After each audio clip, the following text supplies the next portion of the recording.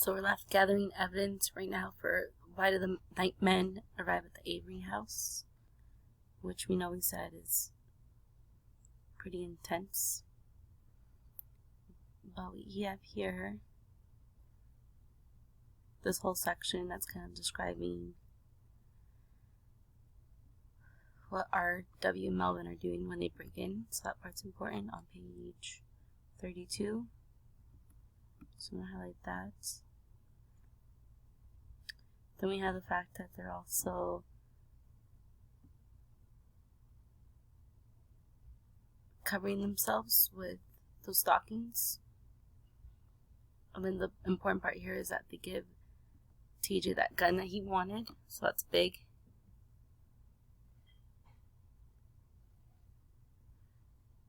We know that they're lying when they tell him that if they're caught breaking in, they were to say they were intending to pay on Monday.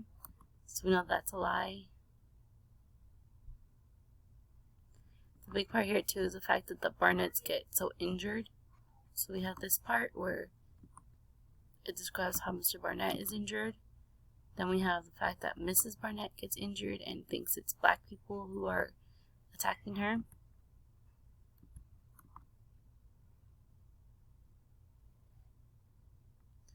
And then the big part too is that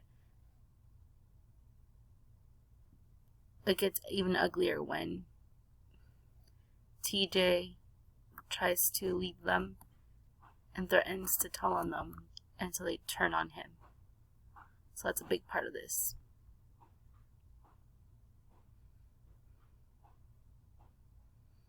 Okay, now catching up where we're at. So we have the Logan children that are accompanying TJ home. Does he get home? Yes. But what happens when they get there? At first, it seems fine. TJ goes in his room. And then what happens? We have the nightmen that come and show up at his house. So as they get there, they kind of see proof that he was there, because when they get there, they find that gun. Then we also have the fact that Miss Barnett, according to them, wakes up and says that 3 black boys, robbed them. And then on top of that, R.W. and Melvin are saying that they were there, but they're saying they're there as witnesses.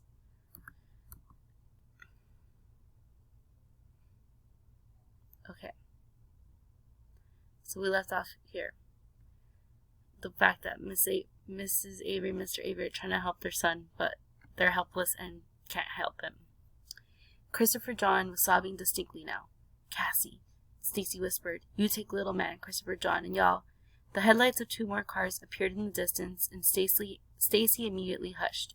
One of the cars halted on the Granger Road, its lights beaming aimlessly into the blackness of the cotton fields, but the lead car came crazy and fast along the rutted trail toward the Avery house, and before it had rolled to a complete stop, Mr. Jameson leaped out.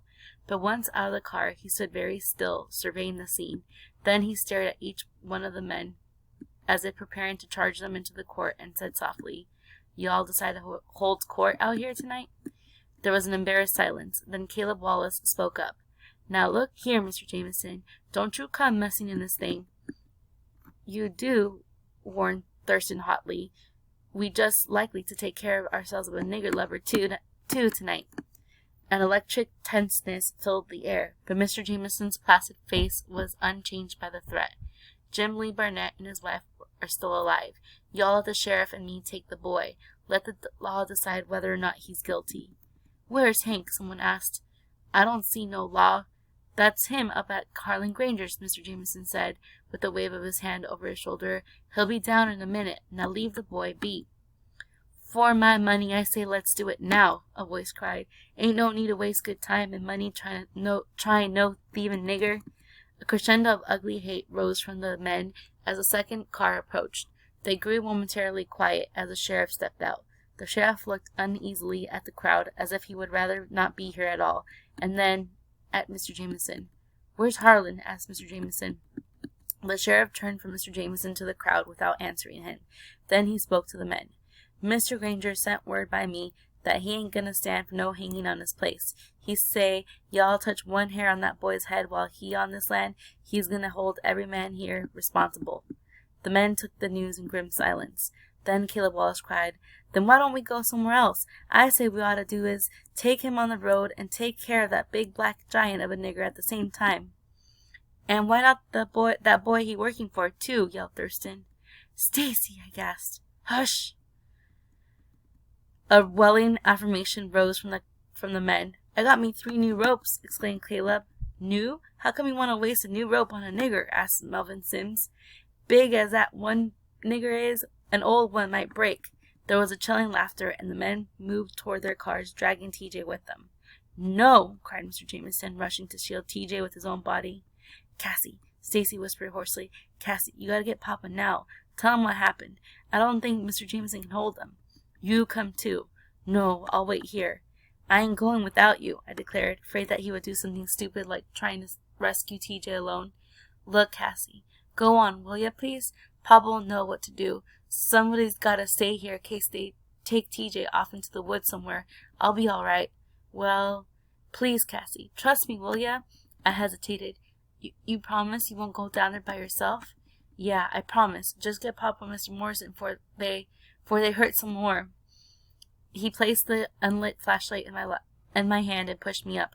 Clutching the little man's hand, I told him to grab Christopher John's, and together the 3 of us picked our way along the black path, afraid to turn on the flashlight for fear of its light being seen. Thunder crashed against the corners of the world, and lightning split the sky as we reached the road, but we did not stop. We dared not. We had to reach Papa. Okay, so here we're starting chapter 11 now, chapter 12, which is the last chapter of the book. But we can pause to ask a question, why do we think Stacy stays behind? So maybe that's a question that you should be answering yourself at this moment, why does he stay behind?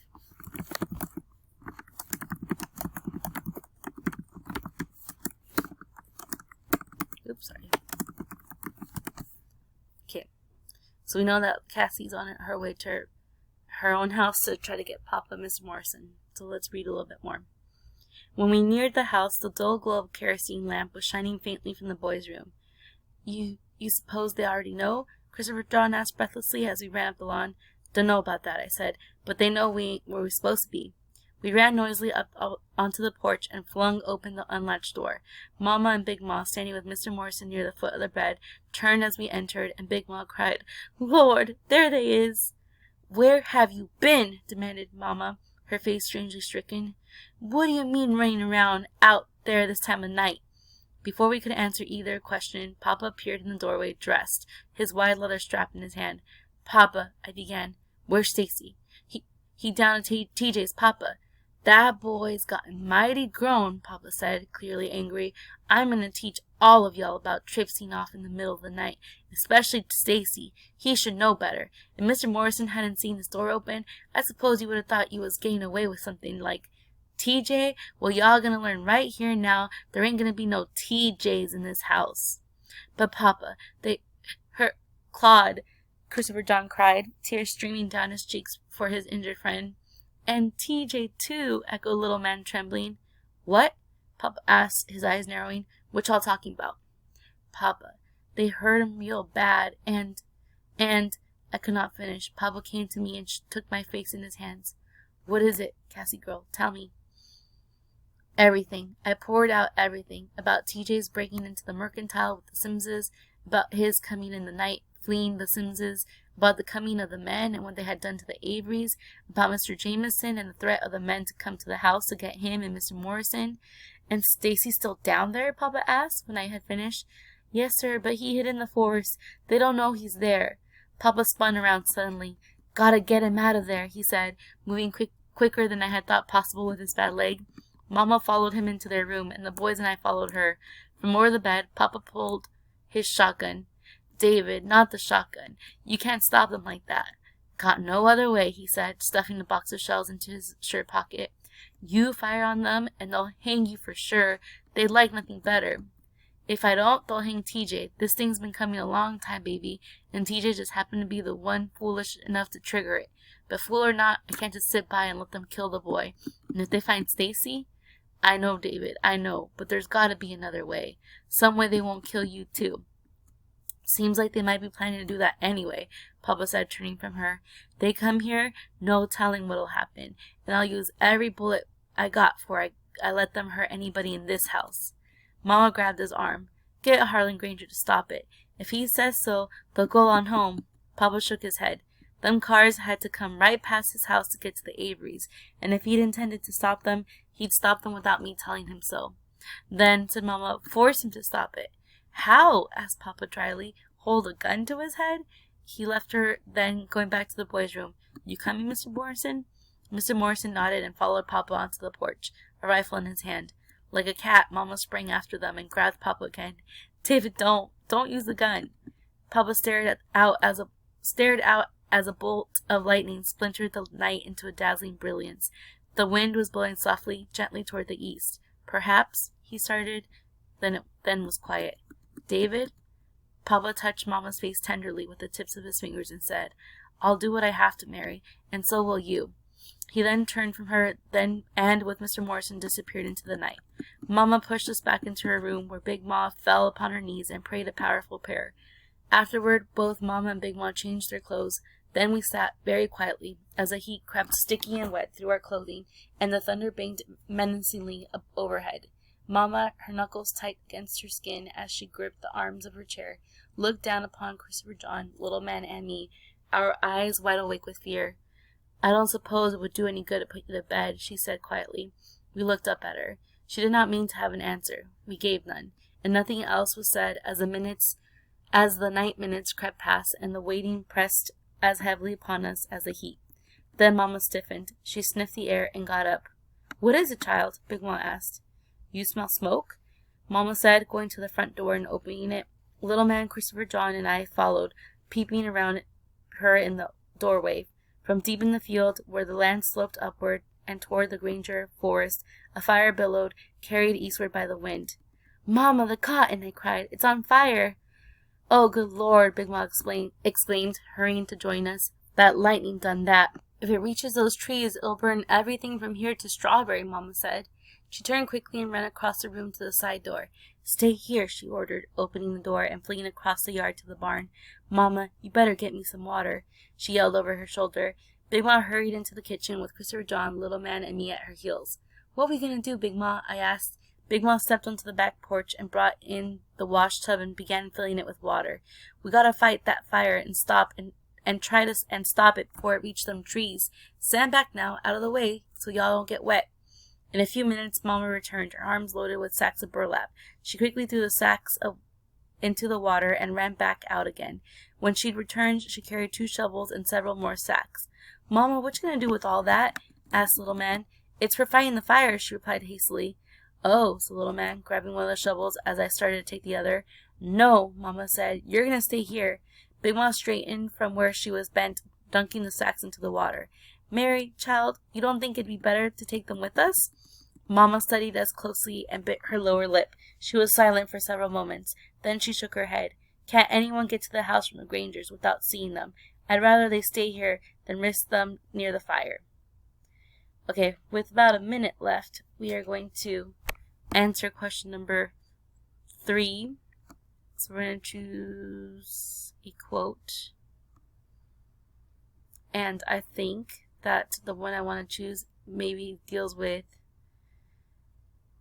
the fact that they were wearing a mask, because I feel like it makes it a big deal. It makes them look like they could possibly be black. So I am going to choose the one where they end up hitting Miss Barnett too, because she identifies them as black right there.